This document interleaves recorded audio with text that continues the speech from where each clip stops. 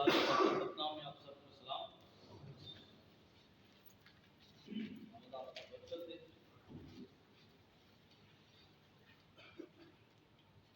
मेरे साथ निकालिए यूहन्ना रसूल की मार्फत यीशु मसीह की इंजील उसका 3रा बाब 14वीं आयत से 18वीं आयत तक हम कलाम से पढ़ेंगे और सुनेंगे। धैर्य से सुनिएगा। खुदाम के कलाम में यूं लिखा है,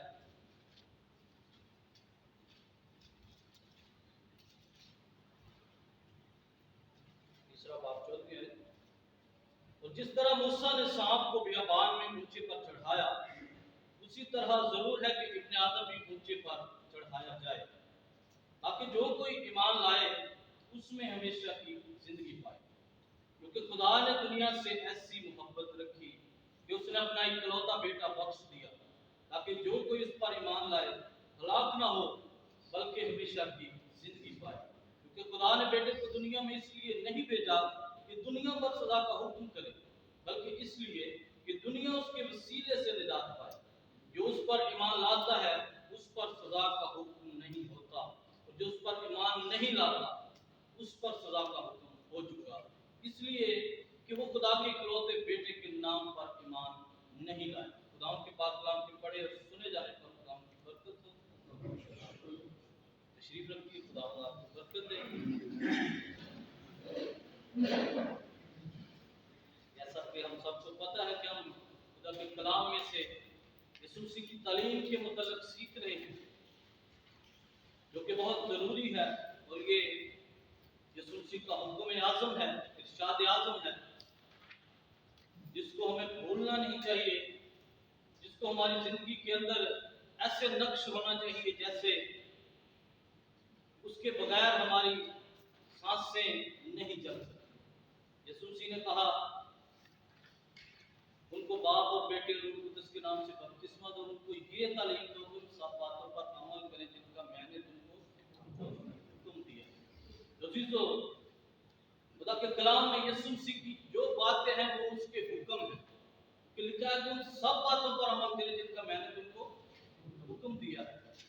हम खुदा के कलाम में से यीशु मसीह की तालीम के हवाले से सीख रहे हैं। मुख्तलिफ एंगल से हम खुदा की तालीम को सीखते हैं, मुख्तलिफ खुदा के खादमीन से और खुदा के कलाम में से खुदा के बेटे यीशु के मुख्तलिफ शागिर्दों के हवाले से सीख रहे हैं कि यीशु मसीह की तालीम को कैसे आगे लेकर जा रहे हैं। क्या उनकी तालीम में यीशु मसीह की बताई हुई तरीक़ेकार से कोई फर्क है या एज इट इज वो तालीम दे रहे हैं। हमने पिछले जुम्मे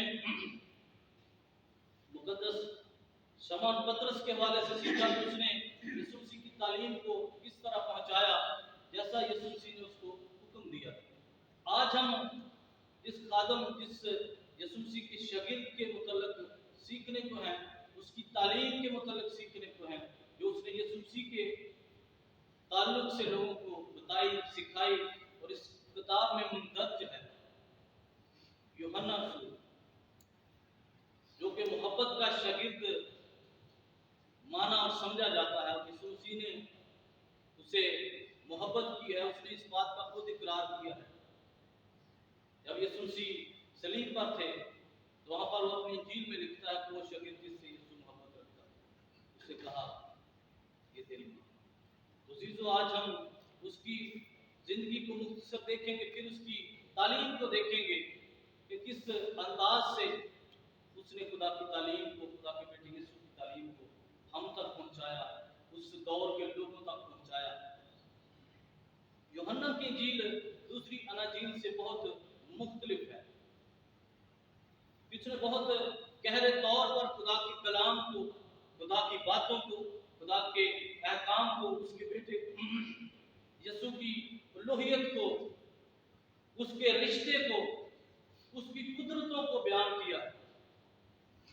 बाकी अनाजील में इतनी तफसील नहीं है, उनमें मौजज़ात ज्यादा मरकूम है, और इस बात का इकरार यूहन्ना अपनी इंजील में भी करता है। लेकिन ये इंजील इस लिहाज से डिफरेंट है क्योंकि इसमें हमें यीशु मसीह की जिंदगी के बहुत अहम पहलू जो है वो नजर आते हैं।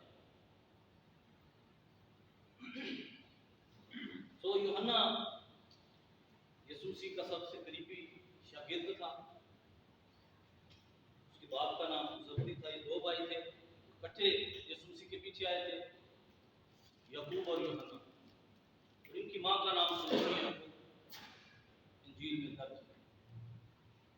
तो ये माहीगीर थे। तो यीशु मसीह ने इनको पहले तो इन्होंने जब पहली दफा यीशु को कबूल किया तो इन्होंने यूहन्ना इस्तबागी के कहने पर यीशु मसीह के ये पीछे हो लिए। जब उसने कहा कि देखो ये खुदा का बर्रा है, ये दोनों पहले यूहन्ना के शागिर्द थे। याकूब और यूहन्ना इस्तबागी के शागिर्द थे। फिर यीशु मसीह की शागिर्दियत में आए और फिर उस शागिर्दियत में आके ऐसी बरकतें, ऐसी ब्लेसिंग कि 5 किताबों का मुसन्निफ बना। यूहन्ना की इंजील, 3 खतूत और यीशु मसीह का मुकाशफा। ये इसकी उस बरकत की गवाही है। यीशु मसीह ने आने वाले वक्त की इसको जो भेद है इस पर आशकारा की है। तो ये बहुत अहम शागिर्द था। और यीशु मसीह के 3 जो शागिर्द थे जो बहुत अहम थे, जो हर जगह पर हमें यीशु मसीह के साथ साथ नजर आते हैं, पतरस, याकूब और यूहन्ना। कई जगहों पर हमें ये अनाजील अरबा में, 11वां अनाजील में हमें यीशु मसीह के साथ नजर आते हैं। यार की बेटी को जब जिंदा किया, ये तीनों यीशु मसीह के साथ थे। फिर यीशु मसीह की सूरत जब उस पहाड़ पर तब्दील हुई, तब भी यीशु मसीह के साथ थे। फिर यीशु मसीह की मसलूबियत के वक्त भी ये शागिर्द यीशु मसीह के पास था। फिर जब यीशु मसीह ने फसह तैयार करने का हुक्म दिया तो पतरस और यूहन्ना को दिया। जब यीशु मसीह जिंदा हुए, औरतों ने आकर खबर दी, तो ये दोनों शागिर्द सबसे पहले कब्र पर गए और दोनों में से यूहन्ना पहले कब्र पर पहुंच गया था होते हुए, क्योंकि वो जवान था। हमने खुदा के कलाम में पिछले जो मसीह का वो यंग था। तो अजीजो, यूहन्ना के मुतल्लिक खुदा का कलाम हमें बहुत कुछ सिखाता है, लेकिन हम यूहन्ना के ताल्लुक से यीशु मसीह की तालीम को सीखेंगे। कैसे उसने वो बरकत हासिल की, कैसे वो शागिर्द कहलाया, मोहब्बत का शागिर्द कहलाया, और कैसे उसने यीशु मसीह की एक आला तस्वीर हमारे सामने पेश की। उसकी अंजील में बहुत सी ऐसी बातें हैं जो बाकी अनाजील में बहुत कम है। मैं रात को स्टडी कर रहा था और मैं परेशान और कंफ्यूज था कि किस बात को छोड़ूं, क्योंकि यहाँ टाइम की पाबंदी है। हर एक बात जो उसकी अंजील में लिखी है अहम है। उनके पॉइंट्स मैं आपको दूंगा, आप समझेंगे कि वाकई ही ये बातें जो उसने अपनी अंजील में मरकूम की हैं हमारी जिंदगियों के लिए बहुत अहम है। और मेरी दरख्वास्त है आप लोगों से, आप यूहन्ना की अंजील को जाकर अपने दिल से पढ़िए। मेरा ईमान है खुदा आपकी जिंदगियों की तमाम मुसीबतों को, मुश्किलात को दूर करेगा। आमीन। यूहन्ना ने तालीम पर बात की है, यूहन्ना ने ईमान पर बहुत बात की है, यूहन्ना ने गवाही पर बहुत बात की है, फिर यूहन्ना ने सच पर और सच्चाई पर बहुत बात की है, बाप पर बहुत बात की है, बेटे पर बहुत बात की है, फिर उसने हुक्मों पर बहुत बात की है। इनकी गिनती मैंने आगे लिखी हुई है, मैंने सारी अनाजील में इनको चेक किया। सबसे ज्यादा और बहुत ज्यादा मर्तबा ये अल्फाज इसकी अंजील में मिलते हैं, आप मुझसे ले सकते हैं। फिर उसके बाद हमेशा की जिंदगी के मतलब उसने बात की, फिर उसने मोहब्बत के मतलब बहुत ही ज्यादा लिखा है, बात की है, क्योंकि खुदा के बेटे यीशु ने इससे मोहब्बत रखी और उसे उस तालीम को आगे बढ़ाने का हुक्म था। आज हम चंद पॉइंट को खुदा के कलाम में से सीखेंगे और अपनी जिंदगियों के अंदर इनको अप्लाई करेंगे, लेकर जाएंगे, ताकि उन बातों के वसीला से हम और हमारे घराने बरकत पाएं। आमीन। क्योंकि जो वक्त नजदीक यहाँ पर वक्त जाया करने वाला नहीं है कि हम खुदा के कलाम को सुने और हफ्ते बाद फिर सुने। अब वक्त है कि हम खुदा के कलाम को हर वक्त अपनी जिंदगी के अंदर रखें, महसूस करें और अपनी जिंदगियों के अंदर जाहिर करें। जिस तरह खुदा का बंदा दाऊद कहता है कि मैंने तेरे कलाम को अपने दिल में रख लिया ताकि तेरे खिलाफ गुनाह ना करूं। अजीजों, ये वक्त है अब हम खुदा के कलाम को जब सुनते हैं तो उसको अपने दिलों के अंदर रखें, जहां से वो अबलीस चुरा नहीं सकता। आमीन। मेरे साथ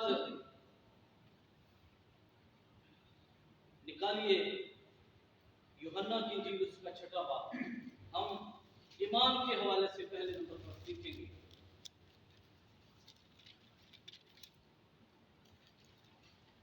यूहन्ना पहले बाब में ही ईमान का जिक्र बड़े वाशगाब लफ्जों से करता है।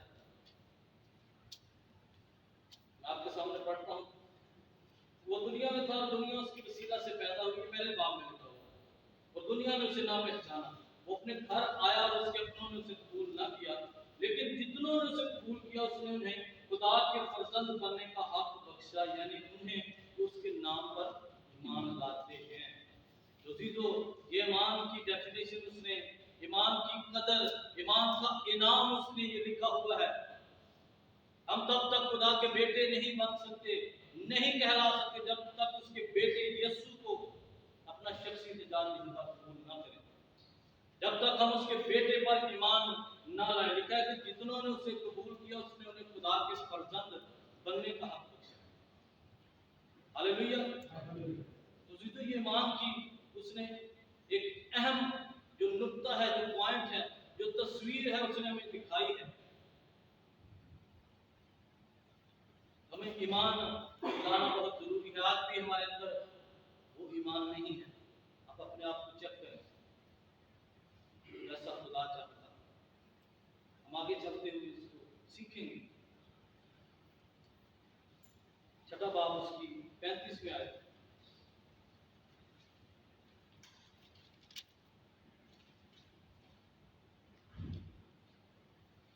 यीशु ने उनसे कहा, जिंदगी की रोटी मैं हूं, जो मेरे पास आए वो हरगिज भूखा ना होगा, और जो मुझ पर ईमान लाए वो कभी प्यासा ना होगा। लेकिन मैंने तुमसे कहा कि तुमने मुझे देख लिया है, फिर भी ईमान नहीं लाते। दोस्तों, ये यूहन्ना सुसमाचार की इंजील में ये लिखा हुआ हमें मिलता है। यीशु मसीह ने फरमाया कि जिंदगी की रोटी मैं हूं, जो मेरे पास आएगा वो हरगिज भूखा ना होगा। और फिर जैसे मैंने पहले कहा कि इस इंजील को आप पढ़ें, आपको ये पता चलेगा, आपको समझ आएगी कि यीशु मसीह कौन है। हम यीशु मसीह की मोहब्बत में, उसके ईमान में क्यों पीछे हैं। कैसी कुदरत वाला जिंदा खुदा का बेटा मसीह है, जिसके नाम से हम मंसूब हैं। फिर उसके बाद 40वीं आयत में लिखा है, क्योंकि मेरे बाप की मर्जी ये है कि जो कोई बेटे को देखे और उस पर ईमान लाए हमेशा की जिंदगी पाए, और मैं उसे आखिरी दिन फिर जिंदा करूंगा। अब देखिए, ये इस आयत में ईमान की बात भी है, बाप और बेटे की बात भी है। कई आप आयात को आज सुनेंगे, देखेंगे कि 5-5 चीजें एक आयत में उसने बयान की हैं। हमेशा की जिंदगी, ईमान, हुक्म, मोहब्बत, बाप बेटा, इतना जबरदस्त उसने एक मैसेज हमारी जिंदगियों के लिए छोड़ा है, हमारी जिंदगियों के आगे रखा है। हम खुदा की कुदरत को जाने। तो आज भी कई लोग हैं जो अभी भी उसी बात पर अटके होंगे, यीशु ही खुदा है, यीशु ही बाप है, यीशु ही बेटा है। अब ये खुदा का कलाम कहता है, खुदा के कलाम में जगह जगह पर लिखा हुआ है, क्योंकि मेरे बाप की मर्जी ये है कि जो कोई बेटे को देखे और उस पर ईमान लाए हमेशा की जिंदगी पाए। हमने जिसे गोल्डन वर्स कहते हैं, क्योंकि खुदा ने दुनिया से ऐसी मोहब्बत की, उसने अपना इकलौता बेटा बख्श दिया। फिर भी अगर कोई ना जाने तो ना जाने। फिर यूहन्ना 14वां बाब अगर हम पढ़ें, उसकी पहली आयत में ही यीशु मसीह ने लिखा है, तुम्हारा दिल ना घबराए, तुम खुदा पर ईमान रखते हो, मुझ पर भी ईमान रखो। मेरे बाप के घर में बहुत से मकान हैं, अगर ना होते तो मैं तुमसे कह देता। उसी तो ऐसी तस्वीर जैसी यूहन्ना ने यीशु मसीह की हमें दिखाई है, मेरे रोंगटे खड़े हो गए जब मैं इन आयात को पढ़ रहा था। ऐसा खुदा का कलाम जो अपने उस मोहब्बत करने वाले शागिर्द के वसीला से उसने हम तक पहुंचाया। 20वें बाब में आएंगे, यूहन्ना रसूल की 20वां बाब 30वीं और 31वीं आएगी। अब वो बात जो मैं पहले कर रहा था कि यूहन्ना ने कहा कि बाकी अनाजील में बेशक ज्यादा मौजज़ात लिखे हुए हैं, लेकिन उसने यहाँ पर चंद एक लिखे हैं, उसकी वो वजह बयान करता है। वो बताता है कि मैं भी जो मौजज़ात थे, जो अजीब काम थे, उनका गवाह हूं। मैंने भी देखे हैं, मेरे सामने से भी वो गुजरे हैं, मैंने भी उस कुदरत का मजा चखा है। 30वें आयत में लिखा है, और यीशु ने और बहुत से मौजज़े शागिर्दों के सामने दिखाए जो इस किताब में लिखे नहीं गए, लेकिन ये इसलिए लिखे गए कि तुम ईमान लाओ कि यीशु ही खुदा का बेटा मसीह है, और ईमान लाकर उसके नाम से जिंदगी पाओ। तो जीजो, ये बेहतरीन नमूना, बेहतरीन तस्वीर उसने बाप और बेटे की हम तक पहुंचाई है। उसने इस बात का इकरार किया है। अगर आप अंजील को पढ़ें, इसमें अगर मौजज़ात कम है तो आप इस आयत पर गौर करें। वो कहता है कि मेरे सामने हुए हैं ये मौजज़े, मैंने देखे हैं, लेकिन कुछ इसलिए लिखे हैं ताकि आप ईमान में बढ़ो। उसने ज्यादा यीशु मसीह की शख्सियत को, उसकी कुदरत को, उसकी उलूहियत को बयान किया है। पहले बाब में ही अगर आप उसको पहली आयत 3 आयत पढ़ें तो उसमें लिखा है, खुदा में कलाम, कलाम खुदा के साथ और कलाम खुदा था। यही इब्तिदा में खुदा के साथ था, और सब चीजें उसके वसीला से पैदा हुई, और जो कुछ पैदा हुआ उसके वसीला के बगैर कोई चीज भी पैदा नहीं हुई। उसने एक कुदरत जो यीशु मसीह की उसने दिखाई है। ऐसे अल्फाज और किसी इंजील में बयान नहीं है। अजीजों, ये बात हमें सीखनी चाहिए। ये बात हमें सिखाती है कि हम जितनी यीशु मसीह के साथ मोहब्बत रखेंगे, हम उसमें बढ़ते जाएंगे और उसके मुकाशफात हम पर खुलेंगे, तभी वो हमें समझ बख्शेगा। हम खुदा के कलाम की गहराइयों को बेहतर तौर पर सीखेंगे अगर हम उससे मोहब्बत करें, क्योंकि ये मोहब्बत का शागिर्द इस बात का गवाह है, उसका ये फन्ने तहरीर इस बात का गवाह है कि हाँ, वाकई वो यीशु से मोहब्बत करता है। अब उसके खतूत देखें,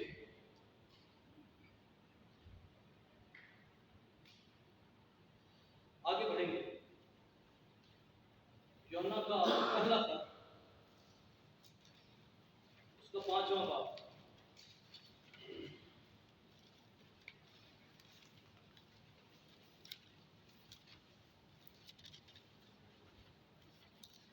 अब खुदा के कलाम पर अपनी तवज्जो मरकूज रखिए। ये ना सोचिए कि सुनाने वाला आगे कौन सुना रहा है। मैं बिल्कुल हकीर, बिल्कुल अदना सा खुदा का खादिम हूं, लेकिन खुदा के कलाम की गहराइयों पर आप तवज्जो रखिए। 5वां बाब, उसकी पहली 5 आयत हम पढ़ेंगे। क्योंकि जिसका ये ईमान है कि यीशु ही मसीह है, वो खुदा से पैदा हुआ है, और जो कोई वालिद से मोहब्बत रखता है वो उसकी औलाद से भी मोहब्बत रखता है। जब हम खुदा से मोहब्बत रखते और उसके हुक्मों पर अमल करते हैं तो उससे मालूम हो जाता है कि खुदा के फर्जंदों से भी मोहब्बत रखते हैं। अब आप देखें, इसमें ईमान का जिक्र है, बदंदों का जिक्र है, कितनी बातें उसकी इस तहरीर में मिलती है। और खुदा की मोहब्बत ये है कि हम उसके हुक्मों पर अमल करें और उसके हुक्म सख्त नहीं। जो कोई खुदा से पैदा हुआ है वो दुनिया पर गालिब आता है। खुदा से पैदा होने से मुराद नई पैदाइश है। जैसे हम सीख चुके हैं, यीशु मसीह ने निकोदेमस से कहा, जब तक कोई नए सिरे से पैदा ना हो खुदा की बादशाही को देख नहीं सकता। तो जिसो यहाँ पर लिखा है कि जो कोई खुदा से पैदा हुआ है वो दुनिया पर गालिब आता है। और वो गलबा जिससे दुनिया मगलूब हुई है हमारा ईमान है। दुनिया का मगलूब करने वाला यानी दुनिया पर गालिब आने वाला, दुनिया पर गलबा पाने वाला, दुनिया का मगलूब करने वाला कौन है सिवा उस शख्स के जिसका ये ईमान है कि यीशु खुदा का बेटा। हालेलुया। इससे बड़ा सबूत और कौन दे सकता है कि यीशु खुदा का बेटा है। लिखा है कि दुनिया को मगलूब करने वाला और कोई शख्स नहीं सिवाय उसके जिसका ये ईमान है कि यीशु खुदा का बेटा है। और कोई गालिब कर ही नहीं सकता दुनिया को, क्योंकि ये तो आम तहरीर नहीं, ये खुदा का कलाम है। और जो इसको झूठा ठहराता है खुदा का कलाम में उसके लिए भी अजर लिखा हुआ है। आगे बढ़ेंगे। ये हमने ईमान के हवाले से सीखा है। अब हम मोहब्बत और हुक्म के हवाले से सीखेंगे। और हुक्म वो जिसके साथ वादा भी होता है। ये खुदा के कलाम का असूल है। खुदा ने जब हुक्म दिए तो उनके साथ वादे भी तहरीर किए। जब तुम मेरी इबादत करना तब मैं तेरी रोटी और पानी पर बरकत दूंगा। अपने माँ बाप की इज्जत करना ताकि तेरी उम्र उस मुल्क में दराज हो। खुदा दे देता है। हर हुक्म के साथ वादा है। और आज भी हम खुदा के कलाम में से यूहन्ना की इन तमाम किताबों में से देखेंगे कि आज भी यीशु मसीह के हुक्मों के साथ वादे मौजूद हैं। मेरे साथ निकालिए यूहन्ना रसूल की इंजील उसका 14वां बाब।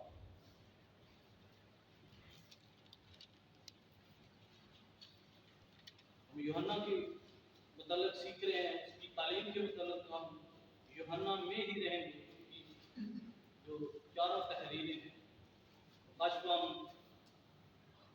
नेक्स्ट किसी दिन सीखेंगे। 14वां बाब उसकी 15वीं से 17वीं मोहब्बत के हवाले से। पहला हमने ईमान के हवाले से सीखा, दूसरा मोहब्बत और हुक्म के हवाले से। क्या है? अगर तुम मुझसे मोहब्बत रखते हो तो मेरे हुक्म पर अमल करोगे। क्या लिखा है? गौर से सुनिए। अगर तुम मुझसे मोहब्बत रखते हो तो मेरे हुक्म पर अमल करोगे। यहाँ पर यीशु मसीह ने, ये यीशु मसीह के मुंह के अल्फाज हैं कि अगर तुम कहते हो कि हाँ मैं यीशु मसीह के साथ मोहब्बत रखता हूँ या मेरे यीशु मसीह के साथ मोहब्बत है, तो आपके काम रिप्रेजेंट करते हैं। यीशु मसीह ने कहा वो मेरे हुक्मों पर अमल करता है। आप अगर यीशु मसीह के हुक्मों पर अमल नहीं करते, मैं अगर यीशु मसीह के हुक्मों पर अमल नहीं करता तो मैं उसकी मोहब्बत से खाली हूँ। यहाँ पर जितना मर्जी के ऊपर चाल करे कि मोहब्बत होनी चाहिए, मोहब्बत रखनी चाहिए, अगर उसके हुक्मों पर ही अमल नहीं है तो मोहब्बत नहीं है। ये खुदा का कलाम हमें ये दिखा रहा है, सिखा रहा है।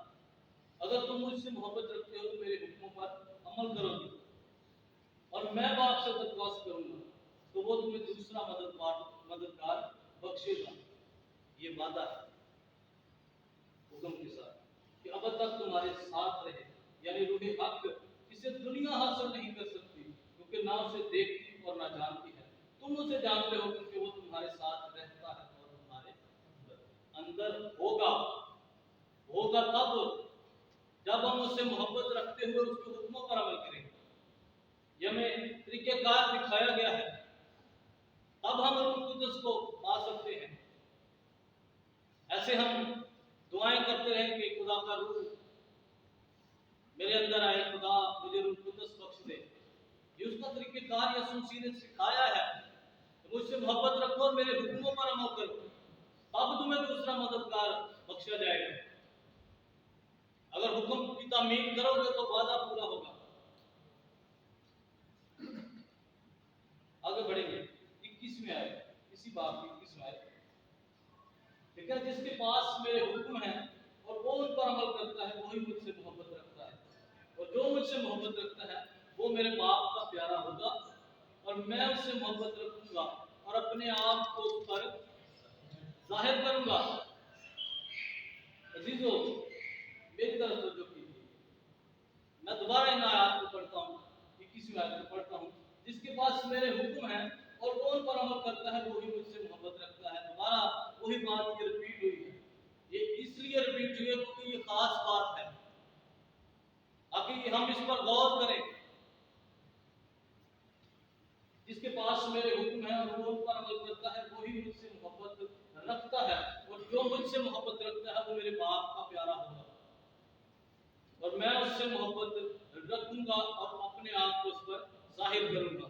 जाहिर करना ये हुक्म के साथ वादा है। अगर हमारे अंदर मोहब्बत होगी, अगर हम उसके हुक्मों पर अमल करेंगे, तो यीशु मसीह ने ये वादा किया है वो बाप का प्यारा होगा और मैं अपना आप को उस पर जाहिर करूंगा। हालेलुया।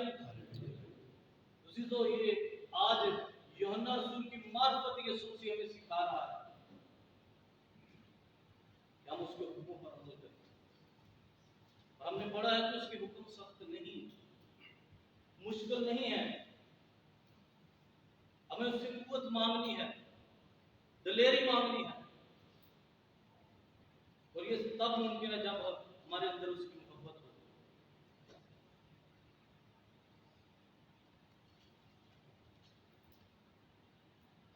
23वीं और 24वीं आयत इसी बात।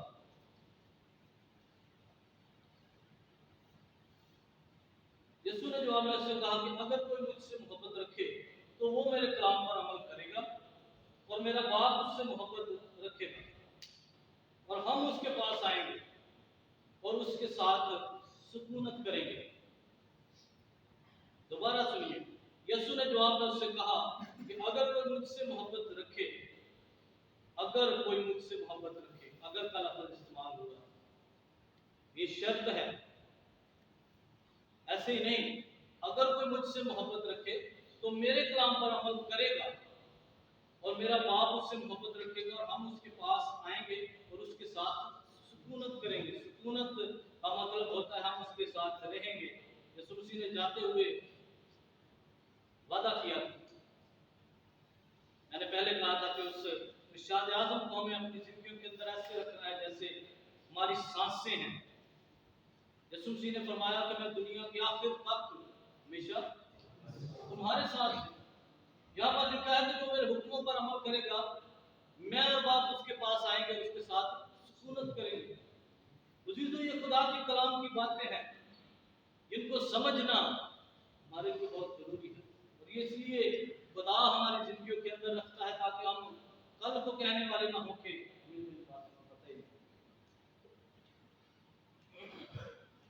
खुदा जानता है हमारी जिंदगियों के अंदर किन चीजों की कमियां हैं। खुदा अपने कलाम के वसीला से उन कमियों को दूर करता है। अब वो डिपेंड हमारे ऊपर करता है कि अगर हम उससे मोहब्बत रखते हैं, अगर हम उससे मोहब्बत रखेंगे। आगे बढ़ेंगे। 15वां पाठ, 9वीं आयत।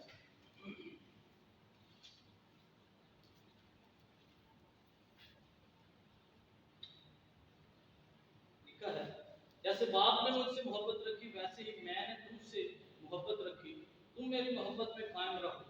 अगर तुम मेरे हुक्मों पर अमल करोगे तो मेरी मोहब्बत में कायम रहोगे, जैसे मैंने अपने बाप के हुक्मों पर अमल किया है और उसकी मोहब्बत में कायम हूं।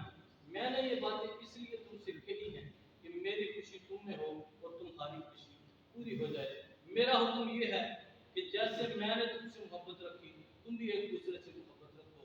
इससे ज्यादा मोहब्बत कोई शख्स नहीं करता कि अपनी जान अपने दोस्तों के लिए दे दे। जो कुछ मैं तुमको हुक्म देता हूँ, अगर तुम उसे करो तुम मेरे दोस्त हो। अब से मैं तुम्हें नौकर ना कहूंगा, क्योंकि नौकर नहीं जानता कि उसका मालिक क्या करता है, बल्कि तुम तुम्हें मैंने दोस्त कहा है, इसलिए जो बातें मैंने अपने बाप से सुनी वो तुमको बता दी।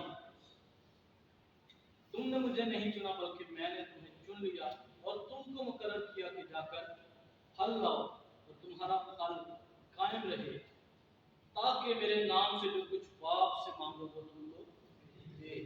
अजीजों, यीशु मसीह ने ये मोहब्बत और हुक्म और वादा इन आयात में तहरीर किया।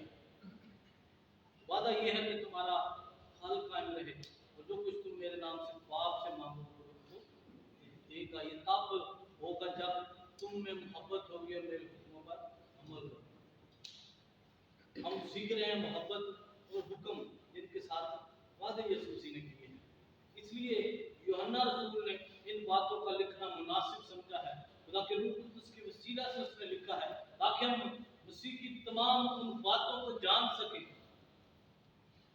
तमाम उसकी कुदरत को पहचान सकें जो हमारी जिंदगी के लिए जरूरी है। आगे बढ़ेंगे। आखिरी जो पॉइंट है जो सीखने के लिए बहुत अहम है, जिसको उसने सबसे ज्यादा मर्तबा अपने इन 5 किताबों में तहरीर किया, बाप और बेटे के मुतल्लिक़ तकरीबन 200 मर्तबा ये लिखा जा चुका है। रूह कुद्दूस जानता है कि किन किन चीजों का फुकदान हो सकता है, लोग किन राहों पर चल सकते हैं। इसलिए बाप और बेटे की जो तस्वीर है उसको पेश किया गया है, जो रिश्ता है उसको पेश किया गया है, उसकी अहमियत को पेश किया गया है। तो इसलिए यूहन्ना अपने पहले खत के 4 बाब की 6 आयत में लिखता है कि हम खुदा से हैं और जो खुदा को जानता है वो हमारी सुनता है और जो खुदा को नहीं जानता वो हमारी नहीं सुनता। ये उसने पहले ही बाब में लिख दिया, पहले खत के पहले बाब, पहले खत के 4 बाब में जो खुदा से है वो हमें जानता है, हमारी सुनता है। तो जिसको आप खुदा का कलाम जो आप तक पहुंच रहा है, जरूर है कि आप इसको सुने समझें। तो खुदा चाहता है कि ये आपकी जिंदगी के अंदर बसेरा करे। मेरे साथ से निकालिए यूहन्ना का पहला खत, उसका 5वां बाब।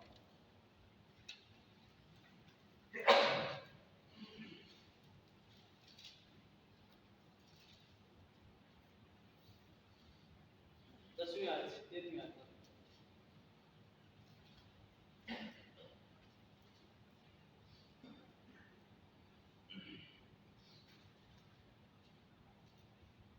कलाम में लिखा है, जो खुदा के बेटे पर ईमान रखता वो अपने आप में गवाही रखता है। जिसने खुदा का यकीन नहीं किया उसने उसे झूठा ठहराया, क्योंकि उस गवाही पर जो खुदा ने अपने बेटे के हक में दी है ईमान नहीं लाया। मैं दोबारा इन आयत को पढ़ता हूं, गौर से सुनिए। जो खुदा के बेटे पर ईमान रखता है वो अपने आप में गवाही रखता है। जिसने खुदा का यकीन नहीं किया उसने उसे झूठा ठहराया है, क्योंकि वो उस गवाही पर जो खुदा ने अपने बेटे के हक में दी है ईमान नहीं लाया।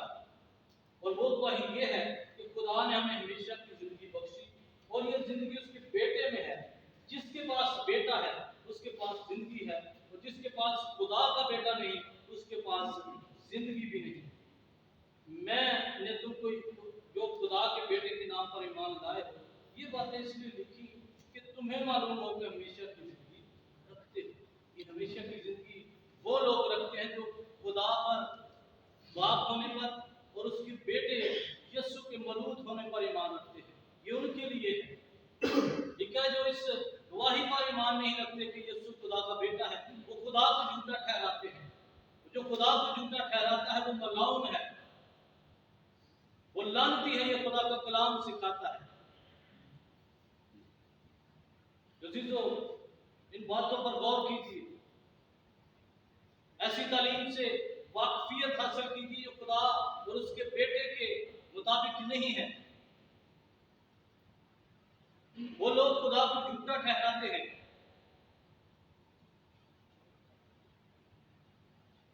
इसी की 20वीं आयत, और ये भी जानते हैं कि खुदा का बेटा आ गया है और उसने हमें समझ ताकि उसको जो हकीकी है जाने, और हम उसमें जो हकीकी है यानी उसके बेटे यीशु में है, हकीकी खुदा और हमेशा की जिंदगी यही है। हुक्म, मोहब्बत, ईमान, बाप और बेटा, हमेशा की जिंदगी, ये लफ्ज मैंने आपके गोश गुजार पहले रखे हैं आपके सामने। ये सारे अल्फाज बहुत मर्तबा इन आयात में आपको मिले होंगे, आपने गौर किया हो। ये खुदा की मर्जी है ताकि हम गहरे तौर पर उसकी शख्सियत को, उसके बेटे की शख्सियत को पहचान सकें। क्या सच्चाई से वाकिफ हो तो सच्चाई तुम्हें आजाद करे। अगर आज भी हमारी जिंदगियों के अंदर कोई कंफ्यूजन है, तो प्रॉब्लम है कि हमें समझ नहीं आ रही, तो यहाँ पर ये तहरीर हुआ, मैंने पढ़ा है, दोबारा पढ़ता हूँ। और ये भी जानते हैं कि खुदा का बेटा आ गया, उसने हमें समझ बख्शी है। आप उसके आगे झुकिए, उसके बेटे की इल्तिजा कीजिए, मिन्नत कीजिए कि यीशु तू मुझे अकल और समझ बख्श, ताकि मैं तेरे कलाम के भेदों को समझ सकूं। हमने यहाँ खुदा के कलाम में से सीखा था, लूका की इंजील उसके आखिरी अबवाब में से यीशु मसीह ने कहा कि ये वो बातें हैं जो मूसा की तरह नबियों के सीखों और ज़बूर में मेरे मुतालिक लिखी हैं। फिर उसने उनके ज़हन को खोला, उसने उनको समझ बख्शी। यहाँ पर भी यूहन्ना यही लिख रहा है, उसके बेटे ने हमें समझ बख्शी। उसे कहिए मैं यीशु मुझे समझ बख्श, ताकि मैं तेरे कलाम पर गौर कर सकूं, मैं तेरी राहों पर चल सकूं जैसा तू चाहता है। तो यीशु मसीह के मुंह के अल्फाज हैं, मैं चाहता हूं जैसा मैं हूं वैसे तुम भी हो। ये यीशु मसीह की डिजायर है, ख्वाहिश है। हम उसको पूरा कर सकते हैं जब हमारे अंदर उसकी मोहब्बत होगी, जब हमारे अंदर उसके हुक्मों की तामील का अंसर होगा, जब हमारा ईमान उस पर होगा। ये मुमकिन है। अगर नामुमकिन होता तो यीशु कभी भी ऐसी ख्वाहिश ना करता। आखिरी वाला देखेंगे,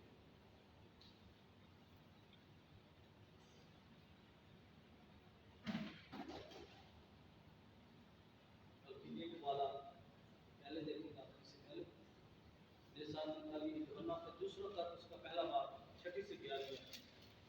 बहुत गौर तलब बातें हैं जो यूहन्ना की मार्फत इस खत में लिखी हुई। 6 आयत, इकरार मोहब्बत यह है कि हम उसके हुक्मों पर चलें। ये वही हुक्म है जो तुमने शुरू से सुना है कि तुम्हें उस पर चलना चाहिए, क्योंकि बहुत से ऐसे गुमराह करने वाले दुनिया में निकल खड़े हुए हैं जो यीशु मसीह के मुजस्सम होकर आने का इकरार नहीं करते। गुमराह करने वाला और मुखालिफ मसीह यही है। अपनी बाबत खबरदार रहो, मुझे और आपको तंबीह की जा रही है। लिखा है कि अपनी बाबत खबरदार रहो, ताकि जो मेहनत हमने की है वो तुम्हारे सबब से जाया ना हो जाए, बल्कि तुमको पूरा अजर मिले। जो कोई आगे बढ़ जाता है और मसीह की तालीम पर कायम नहीं रहता, उसके पास खुदा नहीं। तो जो उस तालीम पर कायम रहता है उसके पास बाप भी है और बेटा। तो जीसो यहाँ पर यूहन्ना रसूल ने नूर कुदस के वसीला से ये लिखा है, ये मरहूम है। जो कोई आगे बढ़ जाता है, जो बातें खुदा की कलाम में लिखी हुई है उससे तजावुज़ करता है, जैसे हमने पिछली आयत में पढ़ा, तो वो खुदा को झूठा ठहराता है।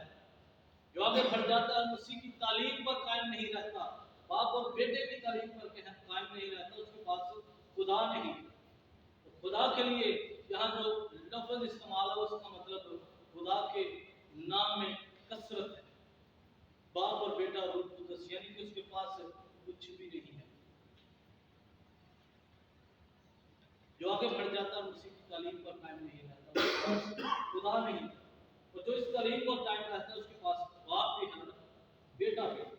अगर कोई तुम्हारे पास आए और ये तालीम ना दे तो ना उसे घर में आने दो, ना सलाम करो, क्योंकि जो कि ऐसे शख्स को सलाम करता है उसके बुरे कामों में शरीक होता है। ये मेरे नहीं, ये खुदा के कलाम के अल्फाज हैं जो किसी का लिहाज नहीं करता।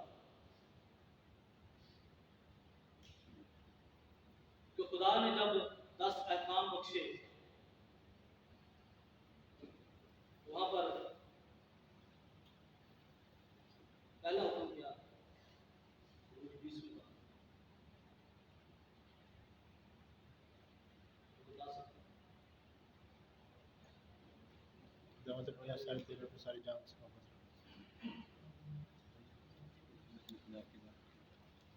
पहला खुदावंद अपने खुदा हमें जब रिटर्न मिलता है तो हम बचपन ही में सीख चुके हैं एक खुदा को मानना। मैं खुदा हूँ, तुम्हारा खुदा वही खुदा। इसलिए लफ्ज लिखे हुए हैं क्योंकि हमारा खुदा बेयून खुदा है। जब उसके नाम को ललकारा जाता है, जब उसके नाम की तकबीर होती है, तो खुदा उसकी बर्दाश्त नहीं करता। हाँ, अगर आपसे तकबीर हुई, आप उसके आगे दिल से तौबा करें, वो माफ करने की कुदरत रखता है, वो माफ करने के लिए तैयार है। क्योंकि यूहन्ना का मतलब अगर हम देखें, उसका मतलब भी यही है, खुदा रहीम है, खुदा मेहरबान है। हमारा खुदा मेहरबान है, रहीम व गफूर है। लेकिन जब उसको ललकारा जाता है, जब उसकी गैरत को छेड़ा जाता है, जब उसके नाम की तकफीर की जाती है, तो अजीजों वो ऐसे सख्त अल्फाज इस्तेमाल करता है। तो इन बातों पर हमें गौर करना जरूरी है ताकि हम खुदा के कलाम को जाने। तो जो तालीम कोई शख्स आपके सामने दे रहा है, आप उसको बता सकते हैं कि नहीं, ये मेरे खुदा की तालीम नहीं है, मेरा खुदा खुदा बाप है। आखिरी वाला देखेंगे, यूहन्ना रसूल का पहला था, उसका दूसरा बाब।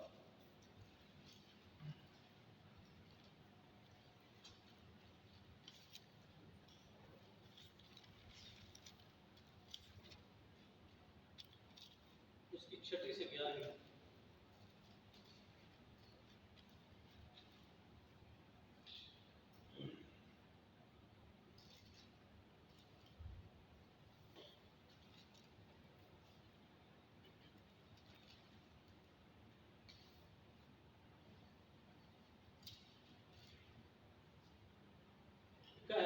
जो कोई ये कहता है कि मैं उसमें कायम हूं, तो चाहिए कि ये भी उसी तरह चले जिस तरह वो चलता था। कौन? यीशु मसीह। फिर पढ़ूंगा, जो कोई ये कहता है कि मैं उसमें कायम हूं, यानी यीशु में, तो चाहिए कि ये भी उसी तरह चले जिस तरह वो चलता था। ऐ अजीजों, मैं तुम्हें कोई नया हुक्म नहीं लिखता, बल्कि वही पुराना हुक्म जो शुरू से तुम्हें मिला है। ये पुराना हुक्म वही कलाम है जो तुमने सुना है। फिर तुम्हें एक नया हुक्म लिखता हूँ, और ये बात उस पर और तुम पर सादिक आती है कि तारीकी मिट जाती है और हकीकी नूर चमकना शुरू हो गया है। जो कोई ये कहता है कि मैं नूर में हूँ और अपने भाई से दावत रखता है, वो अभी तक तारीकी ही में है। जो कोई अपने भाई से मोहब्बत रखता है, वो नूर में रहता और ठोकर नहीं खाने का। तो चीजों, ये खुदा का कलाम हमें ये बताता है, अगर हम कहें हमारी उसके साथ शराकत है, यूहन्ना के खात में ही लिखा है पहले बात। अगर हम कहें कि हमारी उसके साथ शराकत है, हम उसके से काम नहीं करते, तो उसे झूठा ठहराते हैं। बार बार इन बातों को रिवाइज किया गया है, रिपीट किया गया है। यहाँ पर भी हमने पढ़ा है, अगर कोई कहे कि मैं मसीह में हूँ, तो चाहिए कि जैसा वो चलता था, ये भी उसी तरह चले जैसा मसीह चलता है। तो जीजो, खुदा आज हमें ये सिखाना, ये बताना चाहता है, हम मसीह की मोहब्बत को पहचानें, उस पर ईमान रखें, उसको हकीकी निजात दहिंदा कबूल करें, उसके हुक्मों पर अमल करें। तब हम हमेशा की जिंदगी को पा सकते हैं, तब हम उस रूह को पा सकते हैं जिसका उसके बेटे यीशु ने हमारे साथ वादा किया है। खुदा मुझे